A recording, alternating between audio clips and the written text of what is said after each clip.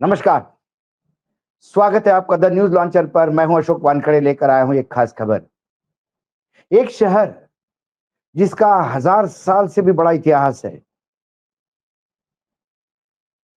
जिसको twin city of Bhubaneswar माना जाता है, मैं कटक की बात कर रहा हूं।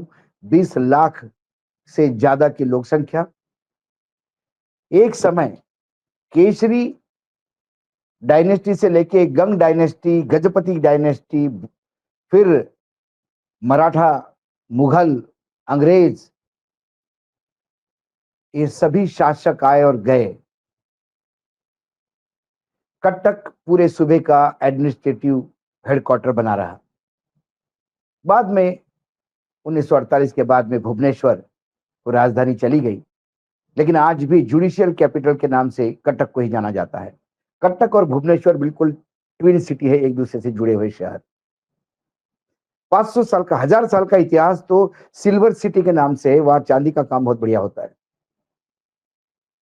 लेकिन 500 साल से चाहे मुगल भी चले गए, अंग्रेज भी चले गए, मराठे भी चले गए, लेकिन भाईचारा कटक में बना रहा। कभी कटक में कोई दंगे की खबर कभी नहीं आई। पहली बार डबल इंजन की सरकार बनी, और डबल इंजन की सरकार अपने साथ कड़वा हिंदुत्व लाते हैं और तथाकथित हिंदुत्व के ध्वजवाहक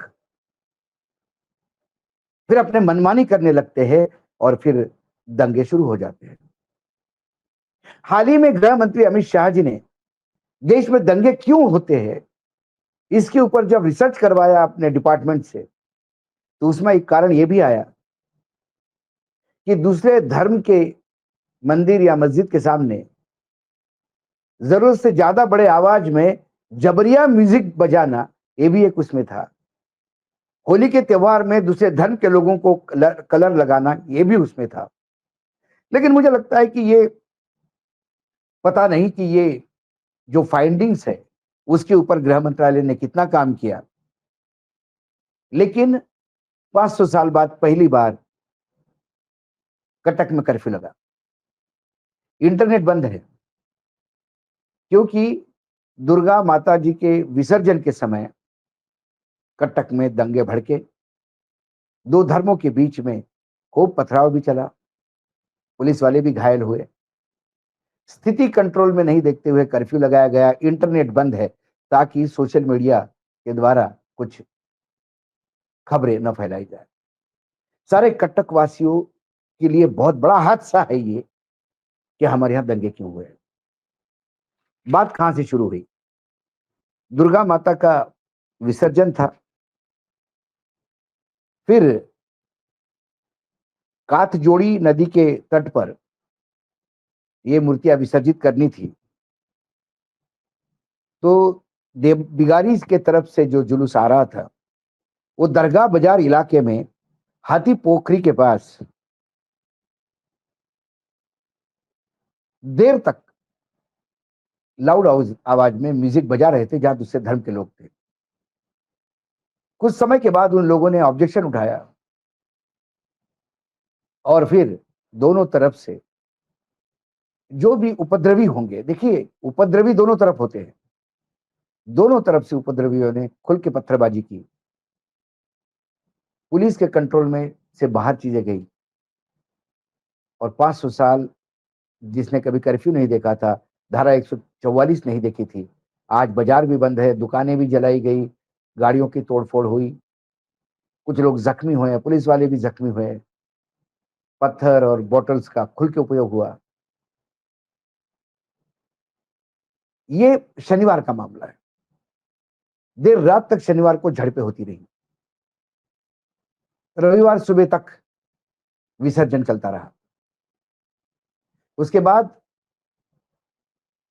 धारा 144 होते हुए भी विश्व हिंदू परिषद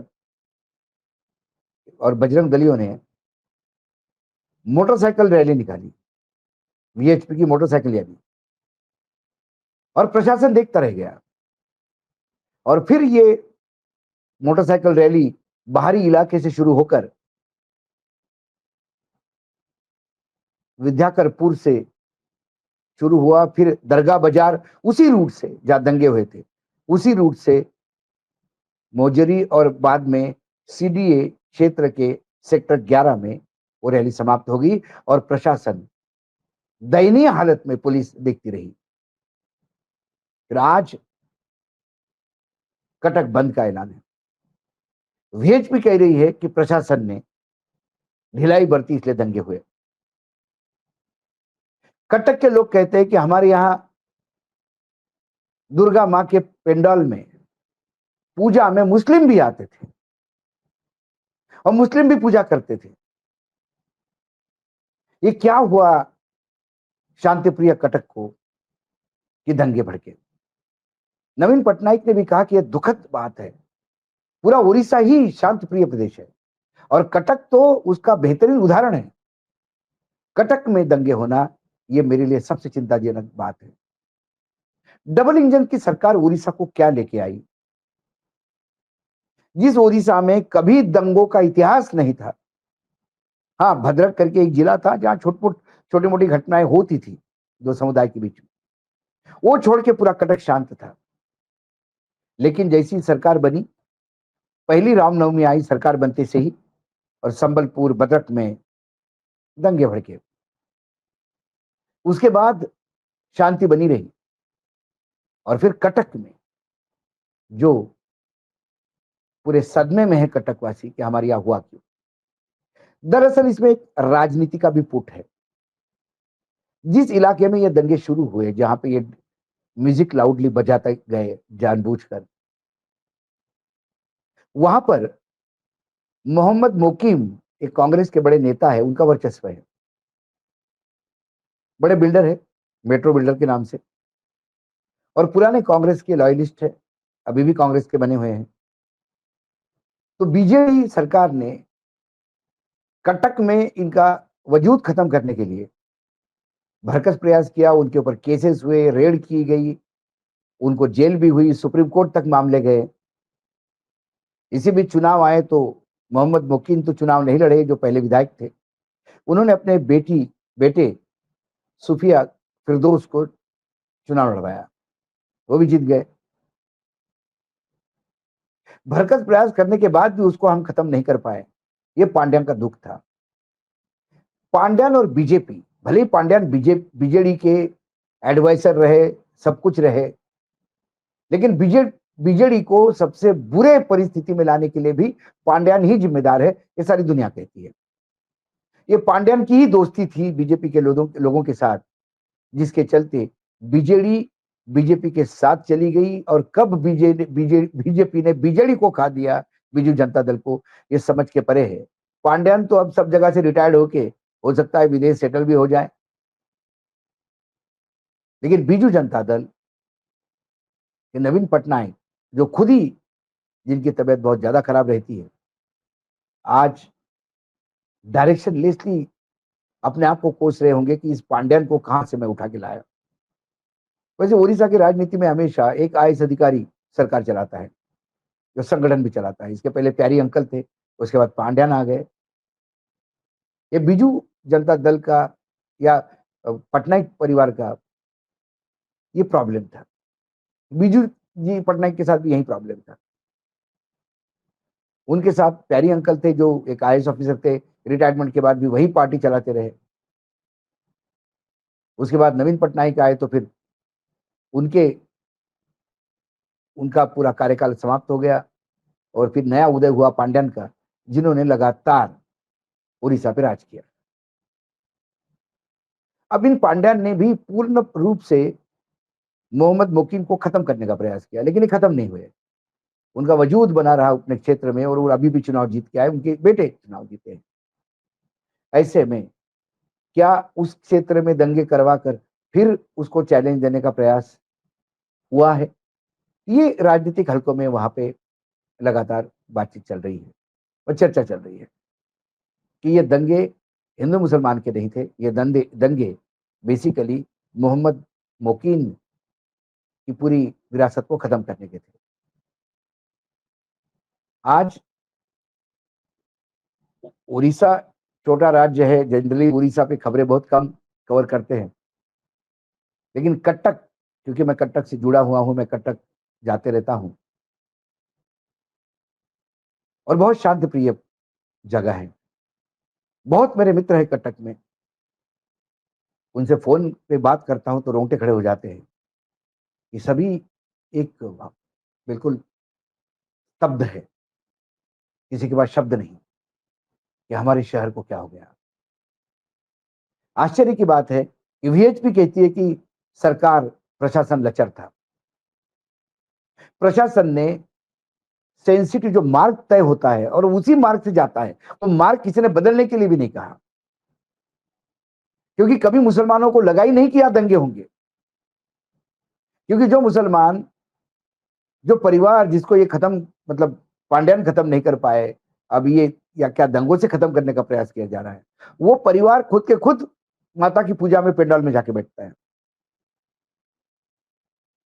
लेकिन जानबूझकर ये, इसके पहले भी हर साल दुर्गा विसर्जन होता था, उसी रूट से होता था, डीजे बजता था, लेकिन एक जगह रुक के डीजे बजाकर किसी को इरिटेट करना,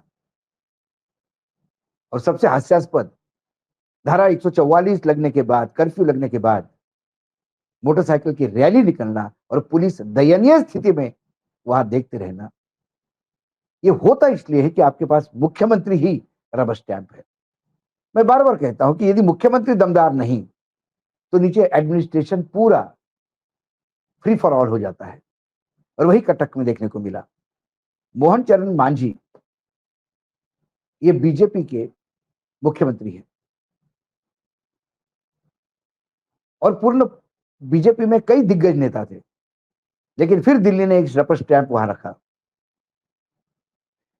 उस रबर स्टैंप मुख्यमंत्री से दिल्ली को सहूलियत मिलती है, लेकिन प्रदेश बर्बाद हो जाता है। ये हम छत्तीसगढ़ में देख रहे हैं, हम राजस्थान में देख रहे हैं, हम मध्य प्रदेश में देख रहे हैं, और अब ओडिशा की भी बात सामने आई है। हम न्यूज लॉन्चर से इतनी ही अपील कर सकते हैं कि ओडिशा को अपना 1000 साल का इतिहास याद करना चाहिए। ओडिशा को दंगे रहित ओडिशा और भाईचारे के लिए जाने जाने वाला कटक कम से कम इन दंगेबाजों से दूर रहे और इन दंगेबाजों को चिन्हित करे। प्रशासन पत्थरबाजों को ढूंढ रहा है, पत्थर किसने फेंके, पथराव किसने किया। प्रशासन को उन लोगों को भी हिरासत में लेना चाहिए जो किसी धर्म के जब पूजा स्थल होता है वहां जरूरत से ज्यादा खड़ा होकर डीजे क्यों बजा के इरिटेट करना, सवाल उठ रही है। और गृह मंत्रालय को भी चाहिए, दंगे किस लिए होते, जब इनके पास पूरी अब जांच रिपोर्ट आई है, दंगे के कारण आए हैं, तो दंगे अवॉइड किया जा सकता है उन कारणों को न होने देने से। लेकिन यदि आपको दंगा करके ही सत्ता में रहना है, तो फिर कटक